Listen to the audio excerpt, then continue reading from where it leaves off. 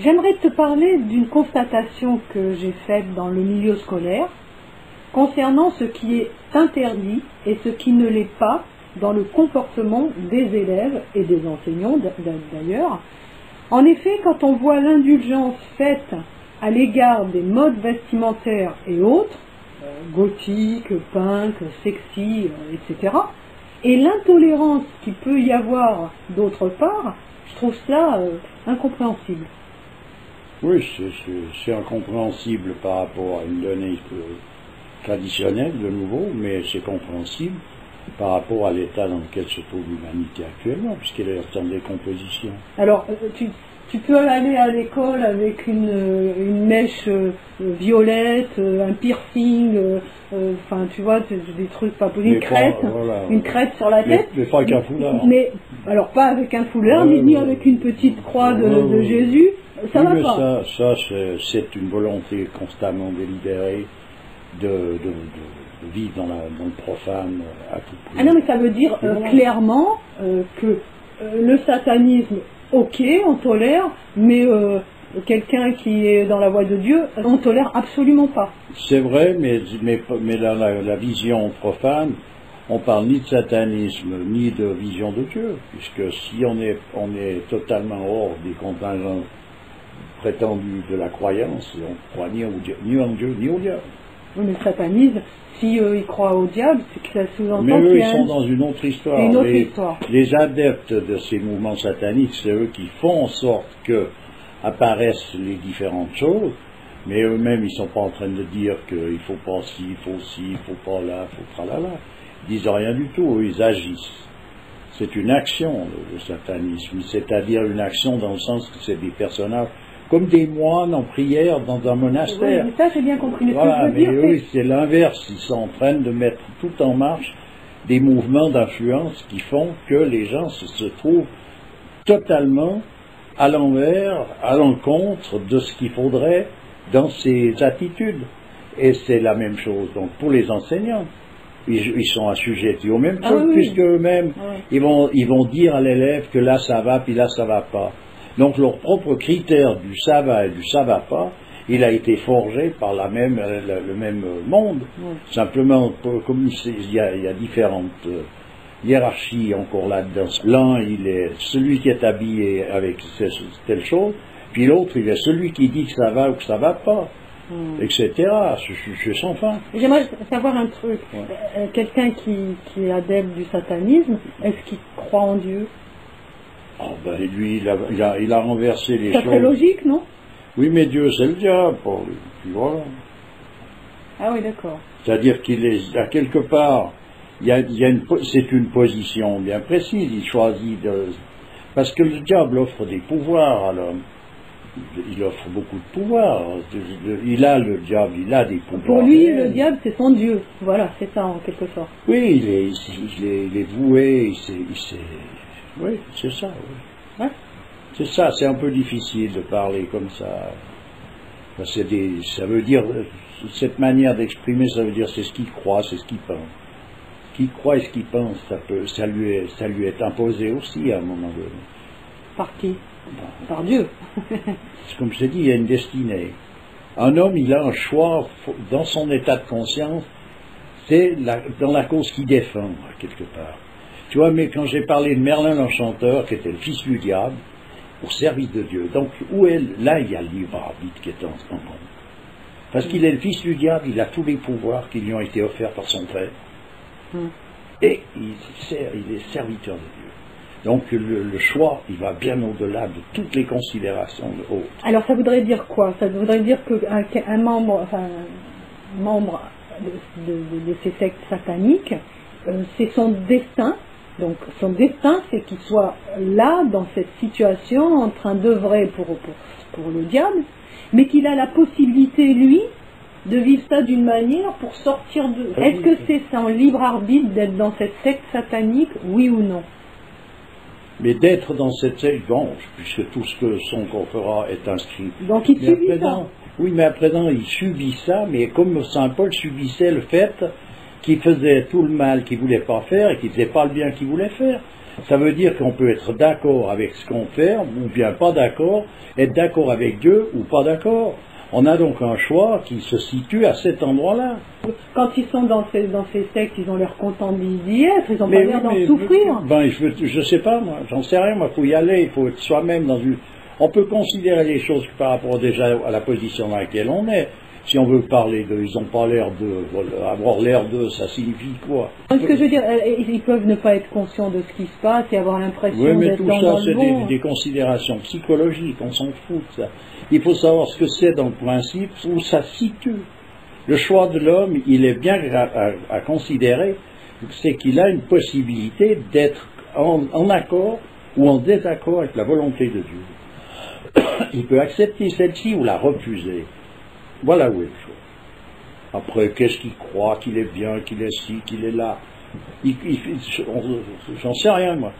Ce que je sais, c'est qu'il a la possibilité de refuser la volonté de Dieu ou de l'accepter. Et si même le fils de Merlin l'Enchanteur, c'est le fils du diable au service de Dieu, ça voudrait dire que... Ben, qu'il a le choix. Qu'il a le choix. Il a le choix. Il n'a pas eu le choix d'être le fils du diable.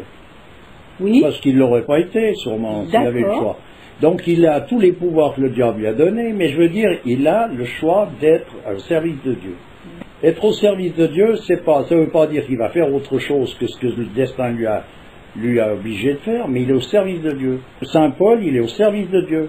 Alors qu'il fait tout le mal qu'il ne voudrait pas faire, et il ne fait pas le bien qu'il voudrait faire. Simplement, il accomplit la volonté de Dieu en agissant de cette manière-là. Parce qu'encore la signification de bien et de mal, il y a un moment donné, ça s'arrête, hein, parce qu'on croit qu'une chose est bien, parce qu'on a une vue d'ensemble relative de la chose en question.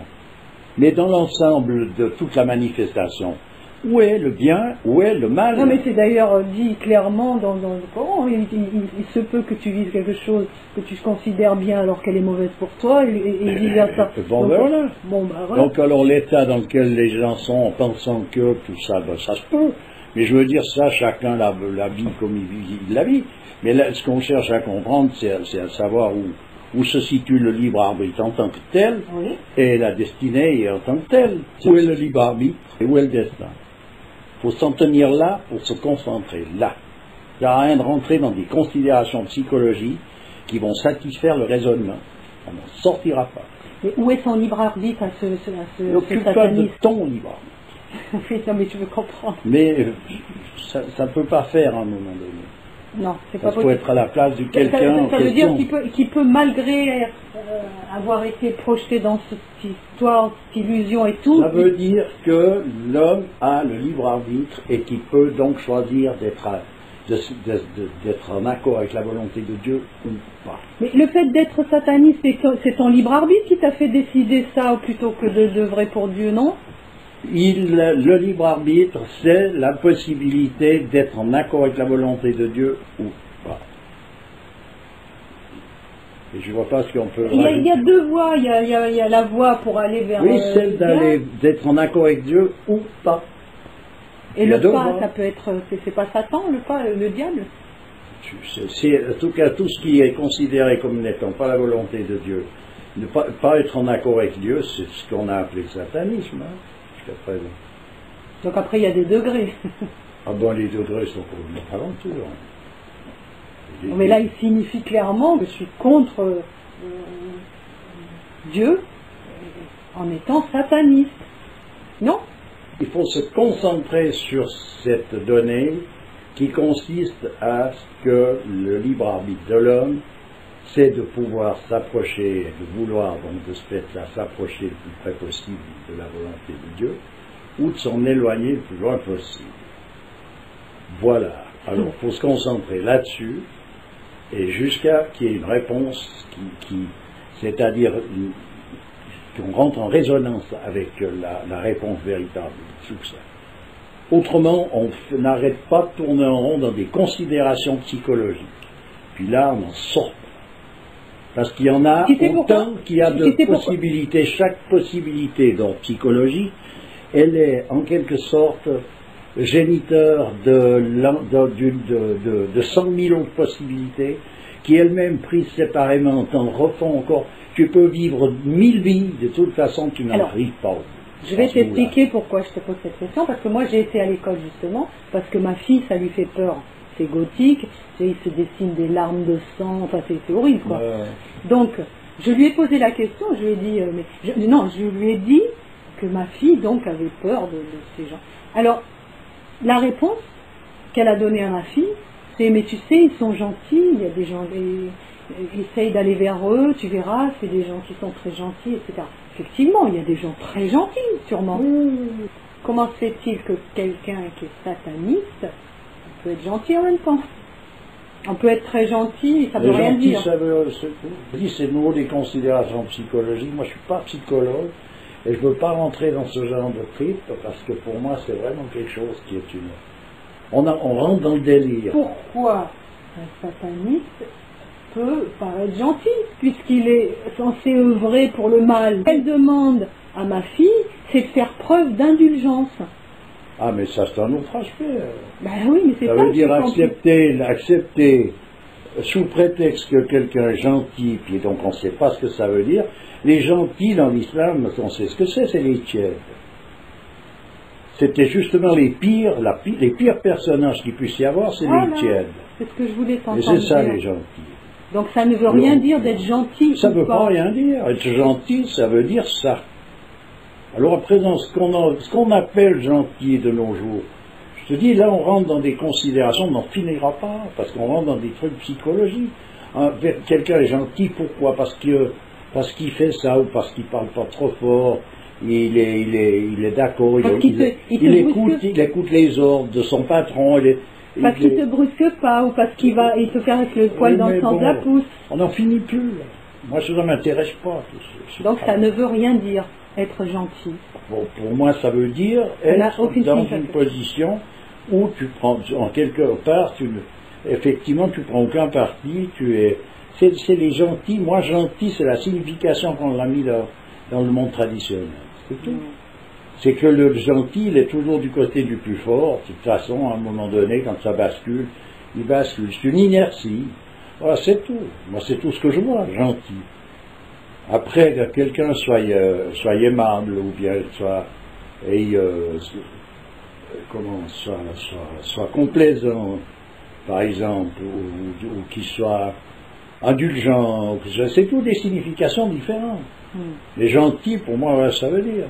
Alors on va dire que quelqu'un est gentil parce qu'il est indulgent, mais à ce moment-là on peut dire n'importe quoi parce que l'autre est n'importe quoi. Je veux dire, pour moi c'est des significations et à un moment donné il faut quand même essayer de les mettre à jour, autrement on n'en sort plus. Oui, d'accord. Je vais te dire, le diable a tout pouvoir, excuse-moi, le diable a tout pouvoir. Ouais. Ça veut dire donc qu'il peut guérir les malades, il peut ressusciter les morts. Si tu as un malade chez toi, puis c'est le diable qui l'a guéri, le diable, c'est le diable, oui, mais il est gentil. Bon, alors là, c'est bon, à partir de là. Ben oui. En fait, finalement, il faut vraiment avoir la boussole pour faire preuve de discernement. La boussole, elle ne s'obtient, puis en fait, elle est dans cette concentration sur ce qui est fondamental à tout ça.